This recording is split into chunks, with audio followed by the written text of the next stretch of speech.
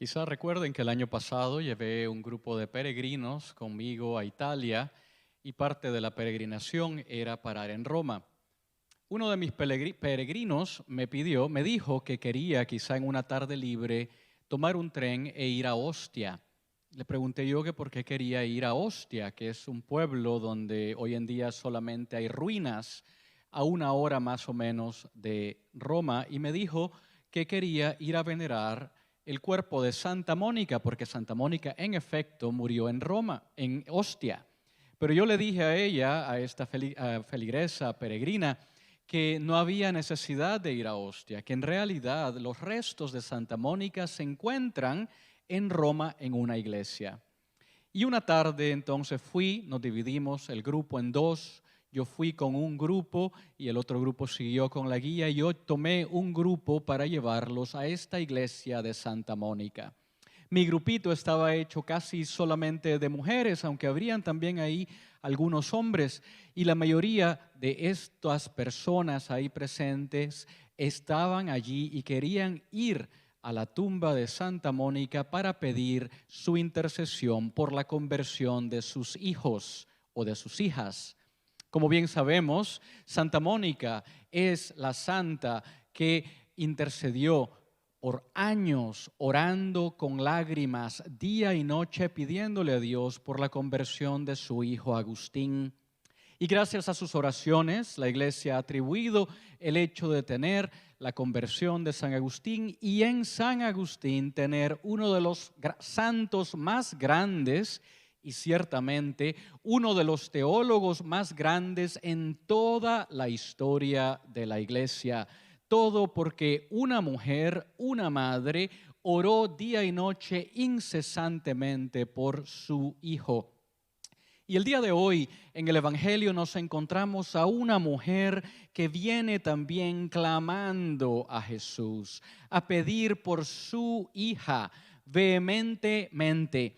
Una mujer que viene y que no le importa, que persevera y que le pide a Jesús una y otra vez para que le sane a su hija, que oímos en el Evangelio es atormentada por un demonio.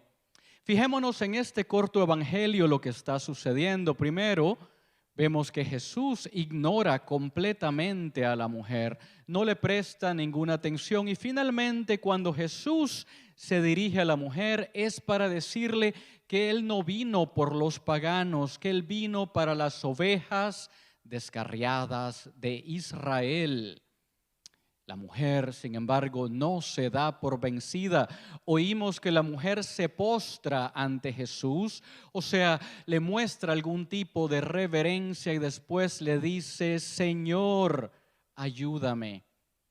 En vez de Jesús, en ese momento, quizá darle a esta mujer lo que ella le pedía, Jesús parece ahora ponerse más abrupto con ella y le dice: no es justo, no es bien, no es bueno quitarle la comida a los hijos para dársela a los perritos, para dársela a los perros, a los animales domésticos de una casa.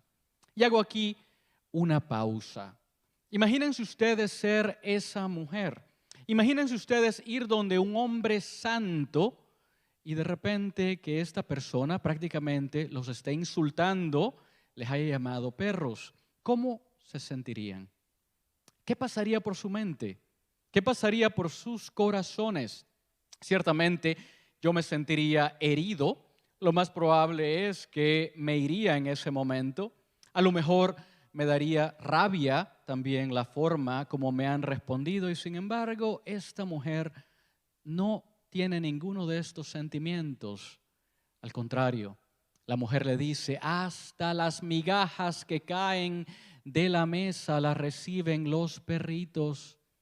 Y ahí Jesús le dice a esta mujer uno de los elogios más grandes que Jesús dice en los evangelios: mujer, grande es tu fe, y le concede lo que ha pedido. Obviamente este pasaje del evangelio tenemos que verlo en contexto con el evangelio de la semana pasada. ¿Se recuerdan ustedes cuando Pedro caminó sobre las aguas después de pedirle a Jesús de hacerlo? ¿Y qué pasa cuando Pedro va caminando sobre las aguas? Comienza a hundirse. Su fe flaquea. ¿Y qué le dice Jesús? ¿Por qué dudaste? ¿Por qué dudaste? Hombre de poca fe. En ningún lugar en los evangelios nos encontramos a Jesús diciéndole a ninguno de los 12 apóstoles: qué grande es la fe de ustedes. Todo lo contrario, Jesús muchas veces les reprocha la poca fe que tienen, y ahora en este pasaje del evangelio nos encontramos a Jesús ante una mujer que no es su discípula. Esta mujer no seguía a Jesús. Esta mujer habría oído hablar de Jesús. Vive en una región pagana, en las afueras de Israel, donde Jesús se encuentra. Y a esta mujer pagana, que es una extranjera, que está fuera del círculo de Israel, a ella Jesús le dice: mujer, grande es tu fe. Parecería que Jesús es un poco tosco, abrupto, y podríamos pensar hasta un poco grosero. Pero sin embargo debemos entender este pasaje del evangelio dentro de la pedagogía de Jesús y la pedagogía también del evangelista Mateo. Aquí hay lecciones profundas para nosotros. Tanto en las palabras como en las acciones de la mujer, hay allí un mensaje para nosotros, sobre todo en cuanto tiene que ver con la oración. 3 cosas en las cuales me gustaría hablar. Fíjense que la oración de la mujer, primero, es una oración llena de fe, una fe grande. Segundo, la oración de la mujer es una oración que persevera, no se da por vencida. Y tercero, la oración de la mujer es una oración humilde. Comencemos por la primera lección. La oración de la mujer es una oración de fe. Esta mujer que no conocía a Jesús, que habría oído simplemente hablar de él, esta mujer que seguramente había oído que Jesús era un exorcista y también que sanaba a los enfermos, sin embargo es una mujer que cree. No viene donde Jesús para decirle: si tú quizá pudieras, a lo mejor podrías hacerme este milagro. No, es una mujer que tiene fe profunda. Ella sabe que Jesús puede y por eso insiste y por eso grita y por eso lo sigue. La mujer viene con una gran fe. En el evangelio escuchamos que 3 veces la mujer se dirige a Jesús, no como rabino, no como maestro, sino como Señor, Lord, Kyrios en griego. La mujer tiene mucha fe. Nuestra oración debe ser de esa forma también. Una oración llena de fe. Una oración que sabe en lo más profundo del corazón que Dios me atiende, que Dios me escucha, que Dios está presente, que Dios se interesa por mí profundamente y que Dios me ama. Mi oración, debo ir a la oración siempre con una gran fe, aunque sea pequeñita como un grano de mostaza, no importa, pero siempre con fe. La segunda lección que aprendemos de esta mujer es que la oración debe ser perseverante. Necesitamos perseverar en la oración. Esta mujer persevera, grita, dice, llama, se postra ante Jesús, continúa pidiéndole. No le importa que Jesús al principio la ignore, el silencio de Dios. No le importa a la mujer después que Jesús le haya dicho que no le va a dar el milagro a ella, que no vino para los paganos. No le importa, la mujer persevere, sigue, continúa, insiste. Y nuestra oración debe ser igual. Una oración perseverante, una oración que continúa pidiéndole al Señor día y noche, todos los días. ¿Cuántas veces hacemos propósitos en nuestra oración? Que vamos a hacer quizá una hora santa a la semana o todos los días, o dedicarle un rato a Jesús diario.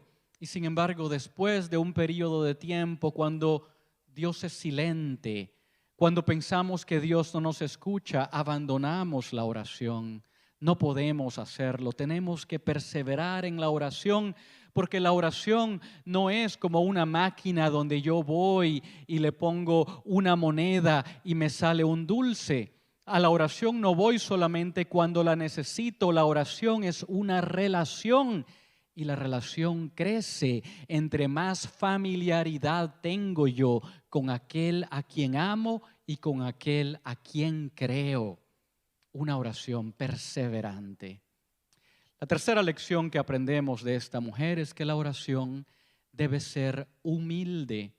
Esta mujer viene con una profunda humildad. No pretende ella ser parte del pueblo elegido. No se ofende cuando Jesús le dice que vino para el pueblo de Israel o que no es justo darle del pan a los hijos para los perros. No se ofende. Su orgullo no es ofendido. Esta mujer viene con una profunda humildad y así debe ser nuestra oración también. No podemos pretender conocer la mente de Dios o dictarle a Dios cómo, cuándo y dónde tiene que hacer el milagro en este momento en mi vida o en aquel momento, cuando sea. No, nuestra oración debe ser humilde, dejar a Dios ser Dios, como bien nos dice la palabra de Dios. Mis pensamientos no son sus pensamientos. Como dista el oriente del occidente, así están de distantes mis pensamientos de los suyos. Debemos dejar a Dios ser Dios. Pienso que de estas tres características de la oración, una oración con fe, una oración perseverante y una oración humilde, me parece que la más difícil de las tres es la última, tener humildad en la oración. Pienso, por ejemplo, en dos ejemplos. El primero, pienso en esta pandemia. Sí, es cierto o no que todos nosotros hemos estado orando por el fin de la pandemia. Lo hemos hecho con fe, estoy seguro. Lo hemos hecho con perseverancia, estoy seguro. Pero hay que hacerlo también con humildad. No podemos pretender conocer la mente de Dios, cómo Él lleva el curso de la historia. No podemos.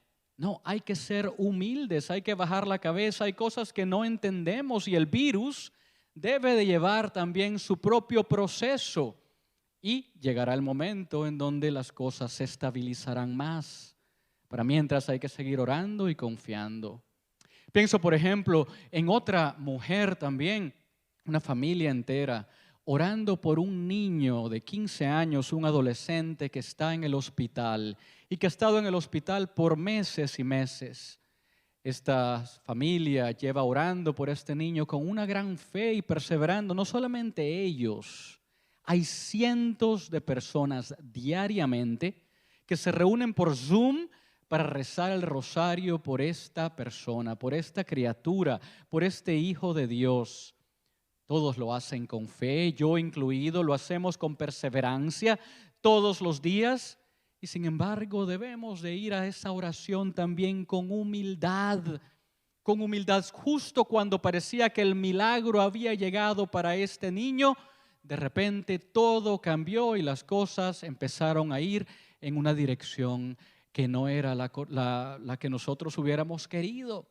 Y sin embargo, no podemos pretender que en nuestra oración, decirle a Dios lo que tiene que hacer. Nuestra oración debe ser siempre humilde. Cuando Dios es silente, cuando Dios calla, cuando Dios parecería que no nos escucha, nosotros debemos de continuar firmes y con una gran humildad. Con una gran humildad. Después de todo, no vamos a la oración para que Dios cambie de opinión. La oración es una relación.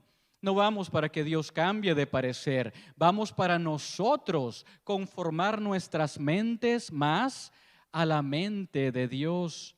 Nosotros vamos a la oración no tanto para recibir lo que queremos, sino que vamos a la oración para experimentar la presencia de Dios que nos acompaña en todos los momentos de nuestras vidas, en las buenas y en las malas, en las altas y en los momentos bajos de la vida. Aprendamos entonces de esta mujer cananea que tiene mucho que enseñarnos en su fe, en su perseverancia y en su gran humildad. Confiemos, hermanos, Dios nos ama, Dios te ama, Dios te escucha, Dios se interesa por ti, Dios está presente contigo todos los días. Que podamos escuchar nosotros, como esta mujer cananea, también en esta tarde, en este día. Oh hombre, oh mujer, oh niño, niña, grande es tu fe. Que se haga conforme a tu petición. Que así sea.